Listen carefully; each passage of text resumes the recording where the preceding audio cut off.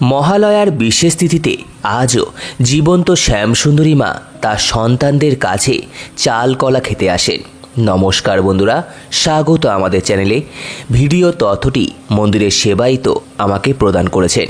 তথ্যটি আমাদের সকলের হাতে শেয়ার করার জন্য তাকে অসংখ্য ধন্যবাদ। আপনাদের কাছে অনুরোধ, ভিডিওটি আপনারা সম্পূর্ণ দেখুন। আগামী 21শে সেপ্টেম্বর রবিবার জীবন্ত শ্যামসুন্দরী মায়ের আবির্ভাব তিথি।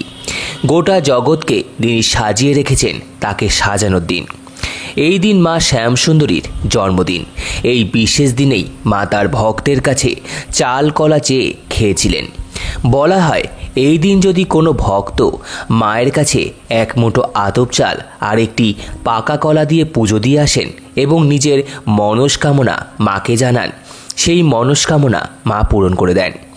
এই দিন মা তার সন্তানদের খালি হাতে ফেরান না। এই দিনেই মা প্রথম দর্শন দিয়েছিলেন। তাই এই দিন মাকে চাল কলা আর মায়ের সবচেয়ে প্রিয় পদ্মফুল দিয়ে পুজো দেওয়ার নিয়ম রয়েছে। যেহেতু মা এই দিন প্রথমবার দর্শন দিয়েছিলেন, তাই এই দিন মায়ের জন্মদিন রূপে পালন করা হয়। তাই আগামী 21শে সেপ্টেম্বর রবিবার আপনারা অবশ্যই মায়ের মন্দিরে আসুন। আমাদের সকলের মায়ের জন্মদিন, আমরা সবাই মিলে তা পালন করি। জগৎকে যিনি সাজান, যার আশীর্বাদে আমরা বেঁচে আছি, সেই মায়ের জন্মদিন আগামী 21শে সেপ্টেম্বর রবিবার। এই দিন তামার ঘটি করে গঙ্গা জল এনে মায়ের কাছে নিবেদন করারও রীতি রয়েছে। এই দিন তামার পাত্রে গঙ্গা জল দান করা অত্যন্ত শুভ বলে মনে করা হয়। এই জল দিয়ে মায়ের স্নান হয় এবং কালী পুজোর দিন এই জল দিয়েই ভোগ রান্না করা হয়। তাই অবশ্যই যে পারবেন তারা মায়ের জন্য তামার ঘটি করে গঙ্গা জল মায়ের কাছে নিবেদন করুন। আগামী 21শে সেপ্টেম্বর মায়ের জন্মদিন, আর বেশি দিন বাকি নেই। গোটা জগৎকে যিনি সাজিয়ে তুলেছেন তার এই মহালয়ার পুণ্যতিথিতে জন্মদিন বা আবির্ভাব তিথি। যার যেমন সামর্থ্য সে ততটুকু দিয়ে মাকে সাজিয়ে তুলুন। প্রত্যেক দিন মায়ের মন্দিরে সকল ভক্তদের বিনামূল্যে প্রসাদ বিতরণ করা হয়। আর মায়ের এই বিশেষ দিনে আমরা সকলে মিলে যার যা সামর্থ্য অনুযায়ী মায়ের জন্মদিন পালন করব। তাহলে আসুন সকলে একজোট হয়ে মায়ের জন্মদিন পালন করি। আর এই বিশেষ দিনে মা তার ভক্তদের কাছ থেকে চাল কলা চেয়ে খেয়েছিলেন। তাই সকল ভক্তগণ মায়ের প্রিয় চাল কলার ভোগ অবশ্যই নিয়ে আসবেন। এই বিশেষ দিনে মায়ের সবচেয়ে প্রিয় ফুল পদ্মফুল। এই দিন পদ্মফুল ছাড়া অন্য কোনো ফুল দিয়ে মায়ের পুজো হয় না। তাই সকলে পদ্মফুল দিয়ে মাকে পুজো নিবেদন করুন। এই বিশেষ তিথিতে বছরের সব থেকে বড় পুষ্প শৃঙ্গারে মাকে সাজানো হয় মায়ের জন্মদিনের দিন। এই জন্মদিনের দিন ভোর 4টের সময় মায়ের মঙ্গল আরতি হয়। তারপর সকাল 7টা-8টা নাগাদ মায়ের মন্দিরের দরজা ভক্তদের জন্য খুলে দেওয়া হবে। তারপর মায়ের স্নান হবে। স্নানের পর মায়ের ভোগারতি হবে। সন্ধ্যায় অন্ধকারে মায়ের বিশেষ পুজো অনুষ্ঠিত হবে। এই দিনের বিশেষত্ব হল সকালবেলা থেকে রাত পর্যন্ত সব সময় মায়ের ভোগ বিতরণ করা হবে এবং মায়ের প্রিয় মিষ্টি রসগোল্লা নিবেদন করা হবে।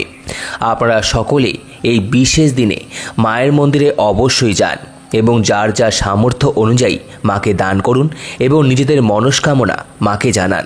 মা অবশ্যই আপনাদের সকল মনস্কামনা পূরণ করে দেবেন। এইবার জীবন্ত শ্যামসুন্দরী মা কোটি টাকার মন্দিরে বিরাজিত হয়েছেন। মায়ের মন্দিরের ঠিকানা মুকুন্দপুর EM বাইপাস থেকে 1 মিনিটের দূরত্বে, অভিদীপ্তার 1 নম্বর গেটের বিপরীতে, ইনস্টিটিউট অফ ম্যানেজমেন্ট স্টাডিজের পাশ দিয়ে দুটো বাড়ির পিছনেই মা শ্যামসুন্দরী তার নতুন মন্দিরে বিরাজিত হয়েছেন। এছাড়া রবীন্দ্রনাথ ট্যাগর হসপিটালের 3-4 নম্বর গেটের পাশ দিয়ে যে রাস্তাটা ঢুকছে, সেখান দিয়েও ডাফ অ্যান্ড ডা স্কুলের পাশের বাড়িতে মা শ্যামসুন্দরী বিরাজিত হয়েছেন। এছাড়া শঙ্কর নেত্রালয়মের পিছনে যে বাড়িটি আছে, সেখানে মা শ্যামসুন্দরী বিরাজিত হয়েছেন। শিয়ালদা স্টেশন থেকে যে মৌলালী মোড় ঘুরছে, সেখান থেকে যেসব বাস আছে, সেই সকল বাসে করে মা শ্যামসুন্দরীর নতুন মন্দিরে আসা যাবে। মানিকতলা থেকেও মায়ের নতুন মন্দিরে আসা যাবে। খান্না, শ্যামবাজার, বাগবাজার, ধর্মতলা থেকেও মায়ের নতুন মন্দিরে আসা যাবে। হাওড়া ও কালীঘাট থেকেও জীবন্ত শ্যামসুন্দরী মায়ের নতুন মন্দিরে আসা যাবে একটি বাসে করেই। তাহলে অবশ্যই আপনারা সকলে মায়ের নতুন মন্দিরে আসুন আর নতুনভাবে মাকে দর্শন করুন। মা তার সকল সন্তানদের আসার অপেক্ষায় আছেন। এছাড়াও ট্রেনে করে যাদবপুর দিয়ে অটো করে অভিদীপ্তার গেট 1 নম্বরে নামতে হবে। সেখান থেকে বিপরীত গলিতে মায়ের নতুন মন্দির বিরাজিত।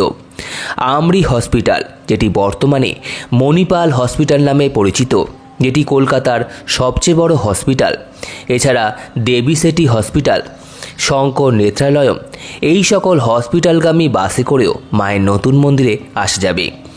মা তার সেবায়িতদের আদেশ দিয়েছেন যে যেহেতু মা শ্রীহীন অবস্থা থেকে এই মন্দিরে এসে শ্রী পেয়েছেন, তাই পৃথিবীতে যারা শ্রীহীন তারা প্রত্যেকে এই মন্দিরে এসে মাকে দর্শন করলে নিজেদের শ্রী ফিরে পাবেন।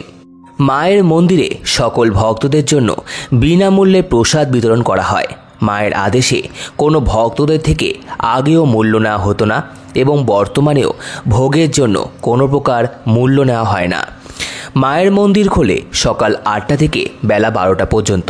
এরপর মাকে ভোগ নিবেদন করার পর মন্দির বন্ধ করে দেওয়া হয়।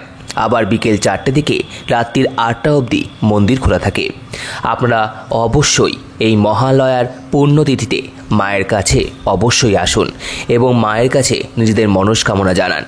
মাকে পুজো দিয়ে অবশ্যই মায়ের ভোগ প্রসাদ গ্রহণ করুন। সম্পূর্ণ ভিডিওটি দেখার জন্য আপনাদের সকলকে অসংখ্য ধন্যবাদ। ভিডিওটি ভালো লেগে থাকলে লাইক, কমেন্ট, শেয়ার এবং চ্যানেলটিকে অবশ্যই সাবস্ক্রাইব করুন। ধন্যবাদ।